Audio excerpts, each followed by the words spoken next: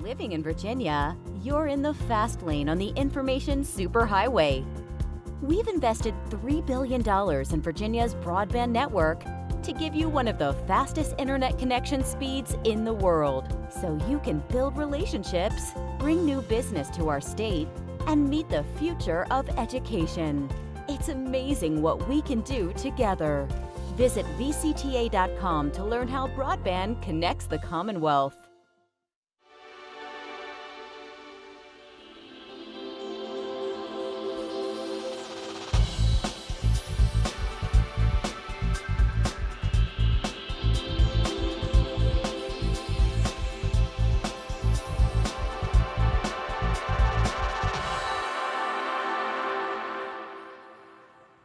From the General Assembly and the City of Richmond, I'm Woody Evans for Cable Reports, brought to you by the Virginia Cable Telecommunications Association, connecting Virginians to their government.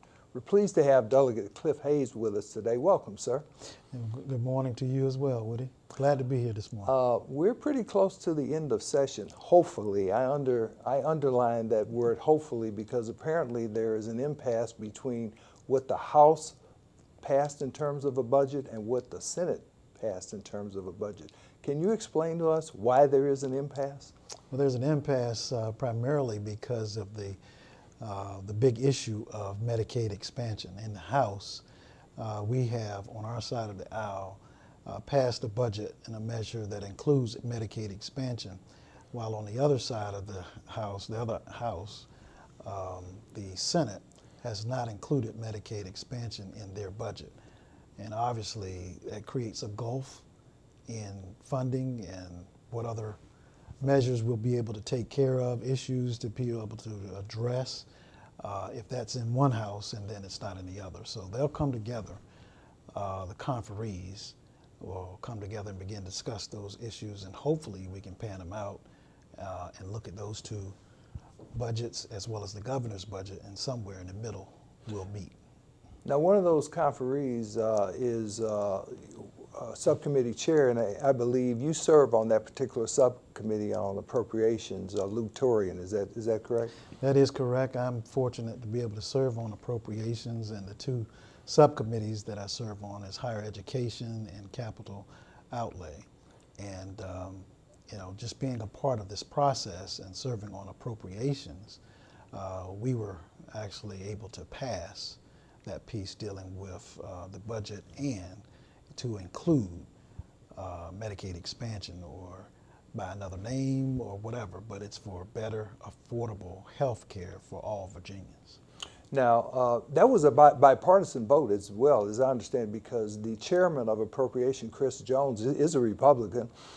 So this House budget is a bipartisan effort. It is, and there are many polls that have been run and have returned and come back to show that overwhelmingly Virginians would like to see better health care, affordable health care when it comes to our Virginians. So whether you're talking Southside Virginia, whether you're talking Central Virginia, where you're talking Hampton Roads, where I hail and am from, whether you're talking Northern Virginia, the polls show that all of the citizens are in favor of a better health care for our citizens. And quite honestly, Woody, that also includes what party you're part of, whether you are a Republican, whether you're a Democrat or an independent.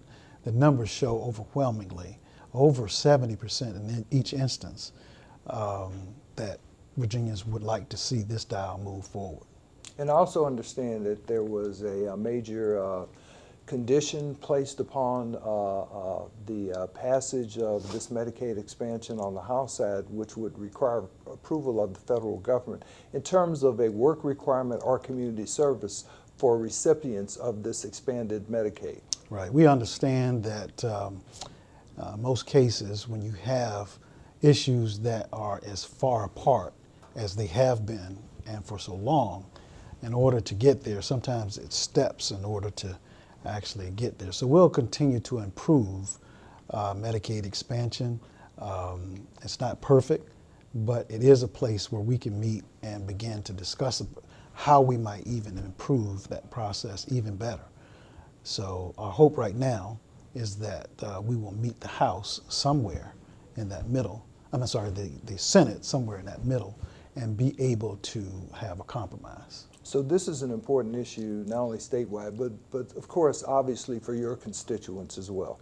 Yes, when you talk about the demographics of the district in which I represent, which is the 77th House District, there are a number of citizens that will be affected positively by this measure and this issue of Medicaid expansion. Just to give a clue, when you have all of the Title I schools in Chesapeake in my district, when you have all of the Title I schools in Suffolk in my district, that begins to paint a picture and tell a story about who we're talking about. And so it's extremely important to me that we be able to address the needs of our Virginians. So we're talking about expansion in terms of the working poor. These are individuals primarily who are gainfully employed primarily, but can't afford a health insurance and don't otherwise qualify for Medicaid. Right. And the other piece to that encourages me as well is we're not talking about just going out and get a menial job. We're talking about also being able to get training and improve your education as well as a job. And it's just not any job or just any education or any training. You have to also be focused on trying to work in the areas in which there are jobs in high demand. So if we know that across the Commonwealth there are employers, there are organizations, there are people that say they would like to see better trained workforce to fill the jobs that many organizations, many companies say they can't fill those jobs, then we do a great service to the Commonwealth if we're training those individuals in the same areas that, the STEM fields and areas where there's high demand. Then we're not just going through the motions, we're literally changing lives. Now, the Medicaid expansion, as I understand it, the federal government will fund 90% of that expansion. State has to pick up 10%. How's the state going to pick up that 10%? So we're encouraged also, and this started under the former Governor McCullough. He had actually worked this negotiation out that the hospital industry will be able to come up with that portion to help get us across the finish line. And that continues, that agreement continues, and they continue to hold that position that they will work with us on getting us across the finish line. So what's your understanding of the appetite in Washington to approve this work requirement? So I think it's important, whether we're talking about the Commonwealth of Virginia or if we're just talking in general, at any and every level, society has shifted and changed, and we are in a revolution when it comes to what industries, what vocations, what requirements are going to be needed in order for people to be gainfully employed to take care of themselves and take care of their families. And regardless of what level we're talking about, we're talking federal jobs in the federal space, we're talking the private sector, we're talking on the Commonwealth's level, on the local level, corporations. Everybody wants to be able to move forward, move the dial forward when it comes to cybersecurity, technology, the sciences, the math, the engineering. And so regardless at what level, we are focused on making sure not only that Virginians get better health care at an affordable rate, but also at the same time, on, to parallel that, individuals will come away with a great portion of training and education, and even in some cases to have them volunteer, to work along with some of the organizations, the nonprofits that need assistance and help, but maybe not the resources to hire as many people. But in a nonprofit situation, individuals will be able to volunteer and give back.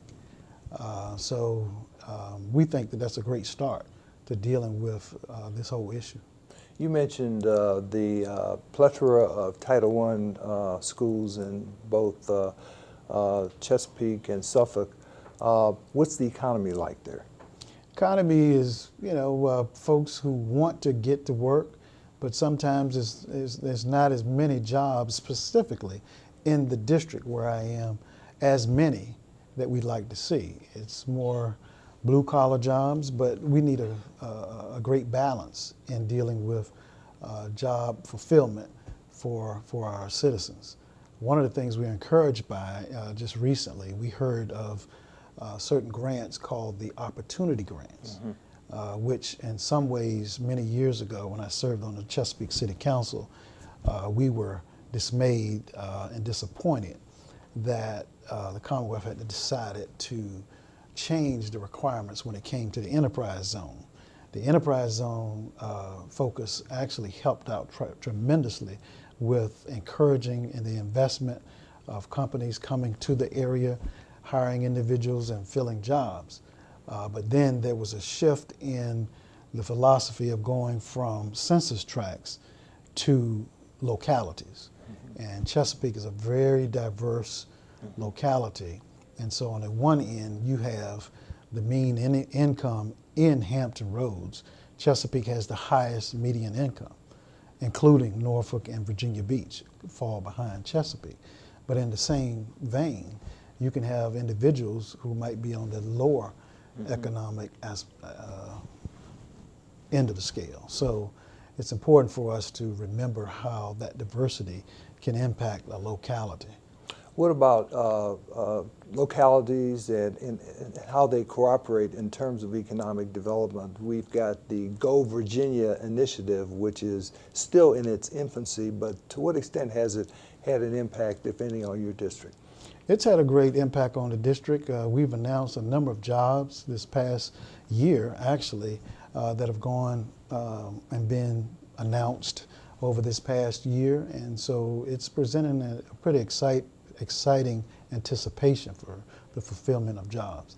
And the fact that we have a Go Virginia initiative where we're talking about not competing against one another, but strategically looking to bring jobs to the Commonwealth of Virginia that might be a better fit characteristically in a specific area. So instead of everybody coming to the table fighting against each other and then no one walks away with those jobs, that initiative has helped us partner and work together to see where the best assets might be that we can kind of bring home the bacon, if you will. Now, what about the military in terms of institutions there? Is there still a big dependence economically on military bases? In the Hampton Roads area, there is a heavy dependence upon the military, and I'd say for quite a number of years there have been an emphasis on trying to do what we can to diversify that economy there so it's not so heavily dependent on the military. Of course, we love the military, we want to support the military, but the smart thing to do is to start looking at ways to actually augment, what's going to make up our full economy across Hampton Roads. So we continue to do that as well. Let's turn to some specific pieces of legislation that you are pursuing this session. One deals with the commingling of young offenders, juvenile offenders with adults, and I know you have some legislation addressing that problem. Well, one of the things that's very, very important, Woody, is that we look to do whatever we can to dismantle the school to prison pipeline. And obviously there are some young people who find themselves in trouble. They've made mistakes, but it's about trying to see what you can do with an offender to put them through a corrections process, literally. And we have to do what we can to help that corrections process. One of which we'll be able to do that is by preventing youthful offenders to be mixed and housed with adult offenders.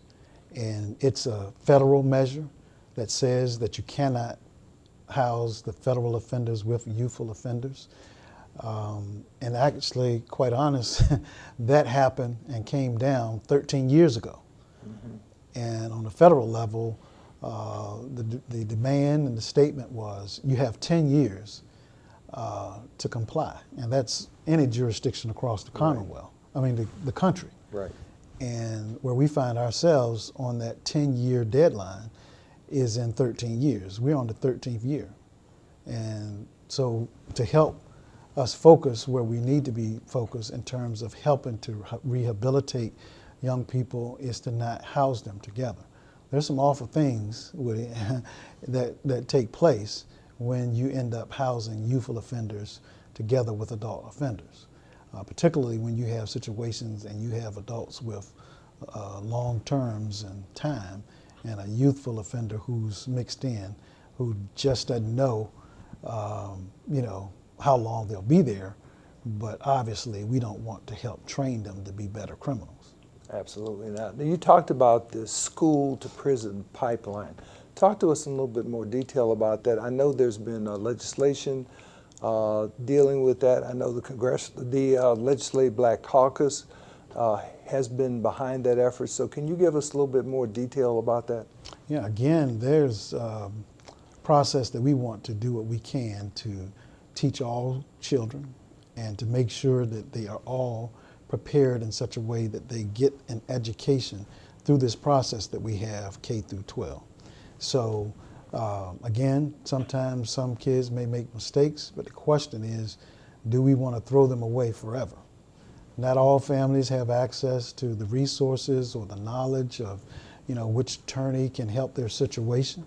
And there is a disproportionate number of African American youth that end up in a situation that may not necessarily be a direction that can help improve their plight and their situation. So we want to be in a place where third graders are not put in a situation where they are put away from school for an entire year, for some small offense. We want to make sure that they're able to correct what's going on with them, find out what the issue is, what the problem is. And who knows, by getting to the source of the issue, then we might be able to solve the situation and not take a cookie cutter approach to how you deal with any and every student that are in the school system.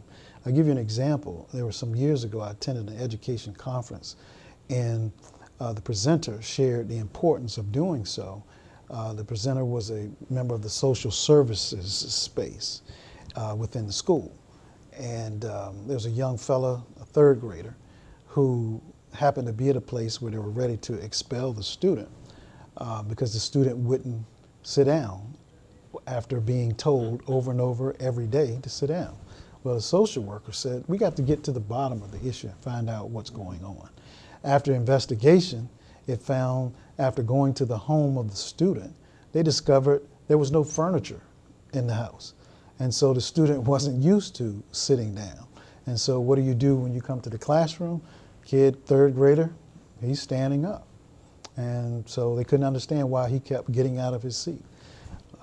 Just getting to the source and the fundamental reason behind what's going on is always important.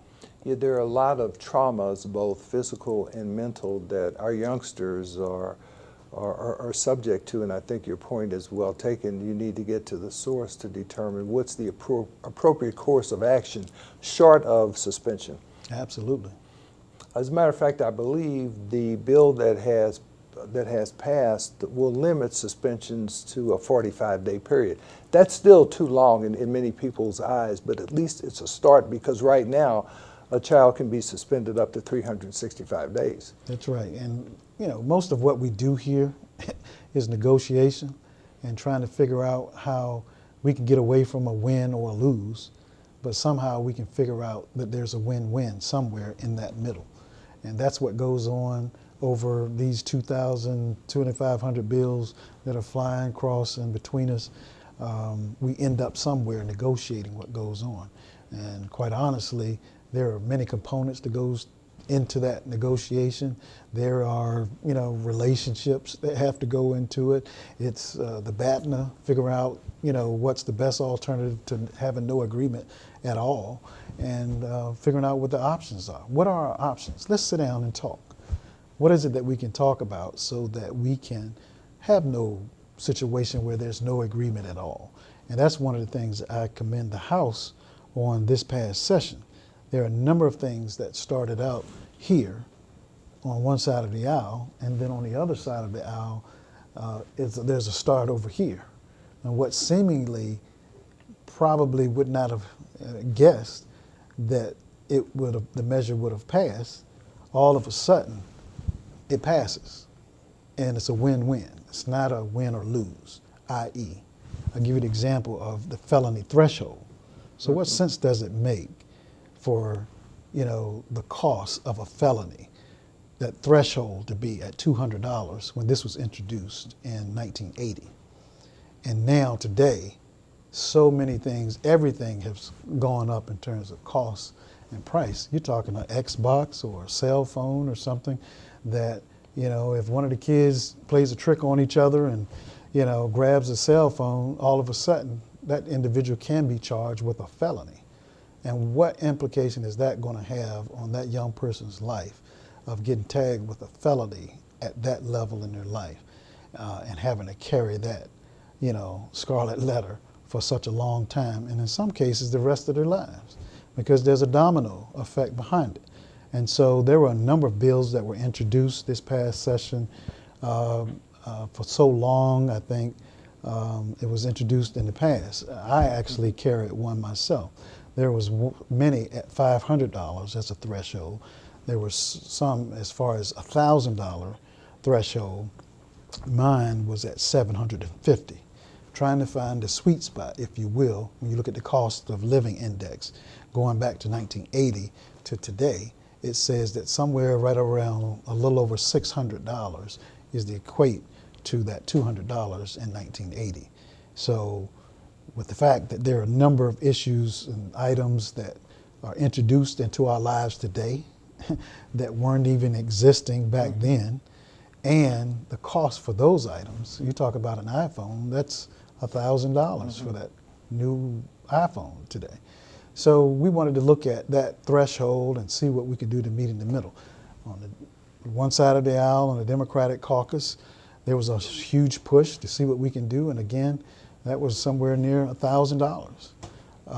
Then, on the other side of the aisle, the Republicans came and ended up sitting down, and after the negotiation, we all come together, and we are at $500. Did part of that compromise, separate and apart from the dollar amount, include a requirement of restitution to victims? Right. So that was a concern on the other side of the aisle, that we had a number of persons who weren't able to, benefit from or be able to be made whole in that case. And so now we've made it so that we're trying to address that issue as well. So there were some concerns on the other side of the aisle, as well as the concerns that we've had. And we've met somewhere in the middle, which, reminds us all that many of the things that end up taking place and passing here end up happening because of a shift in time. Well, do you think that you would have had this discussion, this civil discussion, if the House was still 66-34 versus 51-49? There's certainly a different posture and a different lay of the land this time around. And so with that, all I know is things have changed quite a bit, not only in terms of what's able to pass, but even what's able to be introduced. Because, I've heard people discuss last year, maybe I ought to address, well, there's no need to address it. And it was that kind of paradigm where now, let's introduce it if it's a great idea, if it has thorough thought behind it and substance, then let's put it on the table for discussion and let's see what happens. So. You mentioned the third grade earlier. It's important, obviously, that kids be able to read at that level. What are some of the consequences of not being able to read at the third grade level?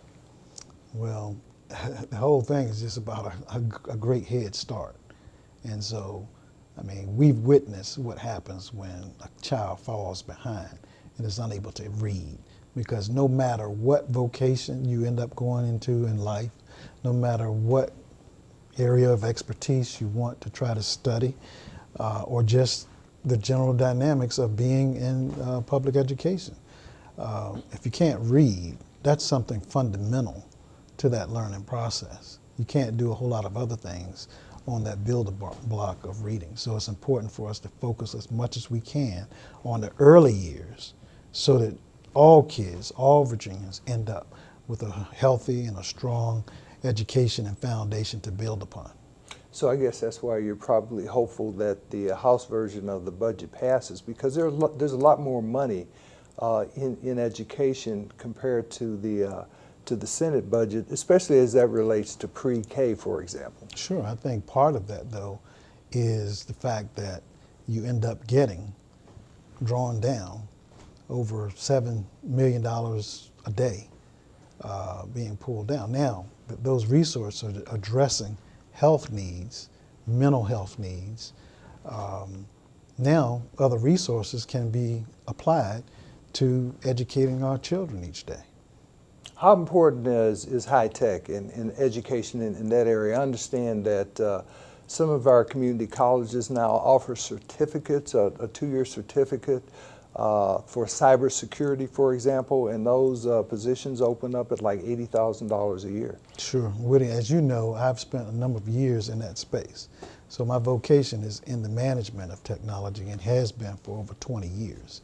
We are now in the space and the area of the Internet of Things. And just about any and every aspect of our life now can be accessed, can be controlled, and derived by using the Internet. And if that's going to be the case, if that's going to be the norm, then it's a priority for us to protect that space.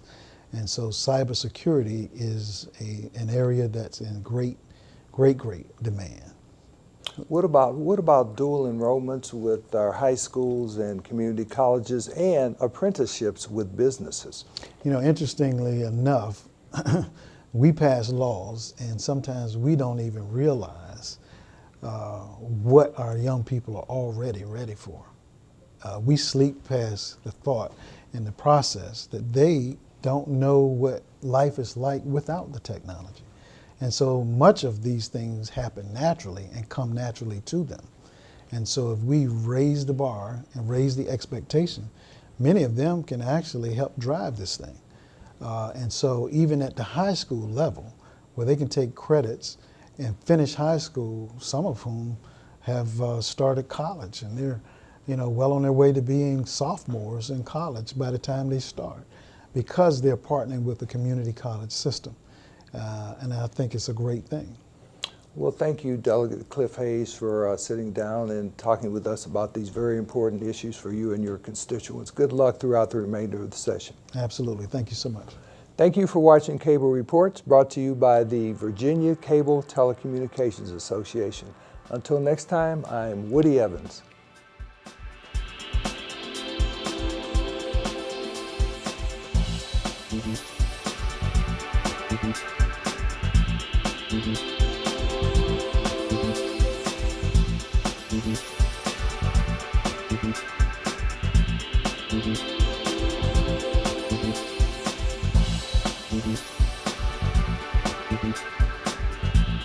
Mm-hmm.